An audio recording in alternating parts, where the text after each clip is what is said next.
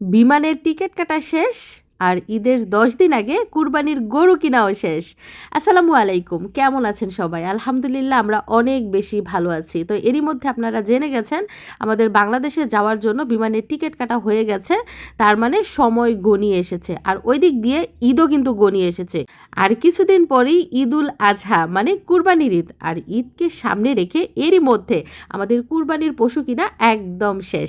আলহামদুলিল্লাহ ঈদের 10 দিন আগেই আমরা কুরবানির গরু কিনে ফেলেছি, এবং গরু আছে এখন গৃহস্থের বাড়িতে। তার মানে বুঝতেই পারছেন, একদম গৃহস্থের বাড়ি থেকে দেশি গরু কিনা হয়েছে, হাট থেকে কিনা হয় নাই। তো ঈদের আগের দিন কিংবা ঈদের দিন সকালে গরু আমাদের বাড়িতে আসবে, তারপর হবে কুরবানি। যাই হোক, ঈদকে সামনে রেখে আমাদের অনেক পরিকল্পনা, এবং বাংলাদেশে যাওয়ার আগেই যে এত সুন্দর সুন্দর খবর শুনছি এজন্য খুবই ভালো লাগছে। তো দেখতেই পাচ্ছেন রান্নাঘরে দাঁড়িয়ে আছি, তার মানে রান্না বান্না শুরু করবো। আজকে সারাদিনই রান্না করব, যেহেতু হাতে সময় নাই, রান্না করব আর খাবো। তো সাথেই থাকুন।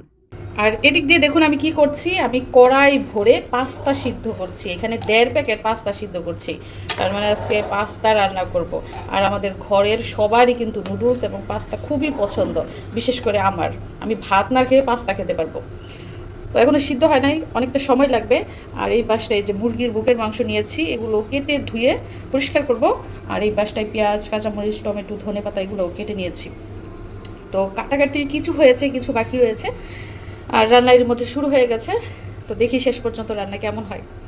এদিক দিয়ে দেখেন, এই দৃশ্যটা করে নাই এমন মানুষ খুব কমই আছে। আমরা ছোটবেলা সবাই এরকম করতাম, বালিশ দিয়ে ঘর বানাইতাম, তাই না? তো দেখেন এদিকটায় মিশারি আর মিশরাত বালিশ দিয়ে ঘর বানাইছে।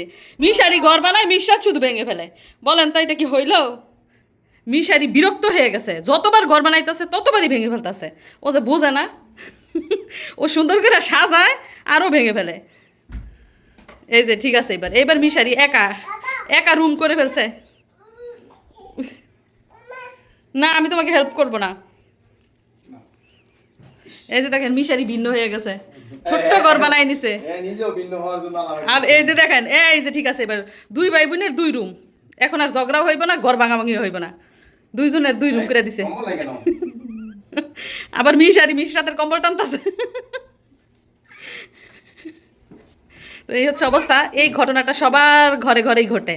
আমরাও ছোটবেলায় এরকম করতাম, কাঁথা দিয়া বালিশ দিয়া ঘর বানাইতাম। এ মামা তুমি দুষ্টামি করো কেন? সুন্দর ঘর হয়েছে, সুন্দর। ভেঙে গেছে। ওই যে ভাঙ্গুনি, কান্দুনি আর ভাঙ্গুনি। তো এদিক দিয়ে মুরগির মাংস আর মশলা সুন্দর করে কষিয়ে নিয়েছি। এখন এর মধ্যে দিয়ে দিচ্ছি টমেটো সস। বেশি করে দিচ্ছি যাতে করে লাল কালার হয়। পাস্তা রান্না করলে মাংসের যত মশলা আছে সব আমি দেই, শুধুমাত্র গরম মশলাটা দিই না। তো কালারটা কিন্তু অনেক সুন্দর হয়েছে। এখন এই মাংসের মধ্যে দিয়ে দিচ্ছি, দেখুন পাস্তা। এখানে 1.5 প্যাকেট পাস্তা রান্না করছি।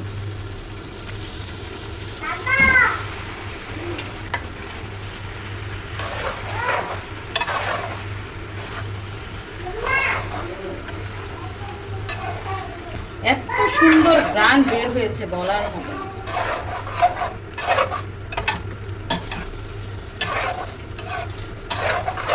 এখন এর মধ্যে দিয়ে দিচ্ছি ধনেপাতা।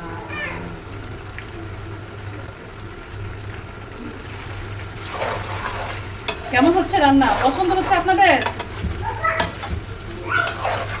তো রান্না প্রায় শেষ পর্যায়ে, আপনারা একটু অপেক্ষা করুন, অবশ্যই খেয়ে যাবেন।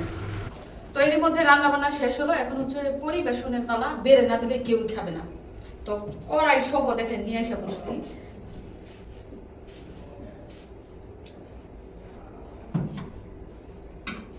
এখন এইখান থেকে বাড়াবাড়ি। আর দেখেন পুরো একটা কড়াই হয়েছে। দিব মামা দিব, তুমি তো খাইতে পারবো না, অনেক ঝাল হয়েছে। ভাইয়া খাবে, তোমার বাবা খাবে।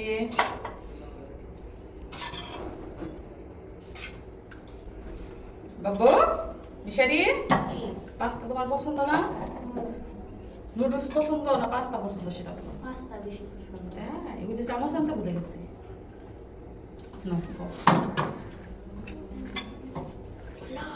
মামা তুমি খাবা? তোমার জন্য তো প্লেট আনি নাই।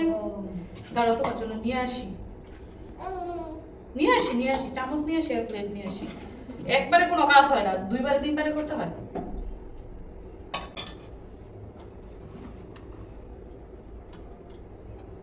মিশারিরা কি করে জানেন, লেবু দিয়া তারপরে পাস্তা খায়। তো এটার মধ্যে খাবে আমার মিশরাতুল জাজম, যদিও সে খেতে পারবে না, করে থাকবে হাজারদারি। এই জানো, দেখবো তুমি কেমন করে খাও। মামা তুমি শশা খাও, শশা। বাবা এটা তো খেতে পারবো না, ঝাল। মাম হয়েছে খাবা? হ্যাঁ খাইব না একটু, শুধু মাম মাম মাম বলছি না, এগুলো ঝাল তুমি খেতে পারবে না। আবু কেমন হয়েছে রান্না সেটা বলো। টেস্টি? লবণ বেশি হয়েছে আজকে না, অনেক লবণ দিয়ে দিচ্ছি। কি যাও যাও ভালো কি আজকে রান্নার সময় অনেকটুকু লবণ দিছি, তো আমি একটু ভয়ে ভয়ে আছি, না জানি লবণ কাটা হয়। তো মিশারি বলতেছে ঠিক আছে, এখন বাকি রাখে কি বলে সেটা হচ্ছে দেখার বিষয়। তো সাথেই থাকুন, আমি খুবই ক্লান্ত, মানে হাঁপাইতেছি। একদিক দিয়ে পাস্তা রান্না করতেছি, আরেক দিক দিয়ে আবার অন্য রান্নাও আছে, বাবুর খিচুড়িও রান্না করতে হবে। তো সব মিলিয়ে খুবই ব্যস্ত। কেমন হয়েছে, স্বাদ হয়েছে নি? হয়েছে একটু শুকনা শুকনা, আর একটু ভিজা ভিজা হইতো না? এখন কি মিশারি, আমি যে তোমার বাবারে ডেলি ডেলি মজার মজার খাবার রান্না করে খাওয়াই, আমার কি আরো গিফট কিছু মিছু দেওয়া উচিত না? আর না এনাফ, অনেক দিয়ে ফেলছে।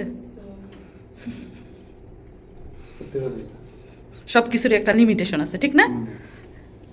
নিয়ন্ত্রণের লিমিটেশনের বাইরে গেলে আবার সমস্যা।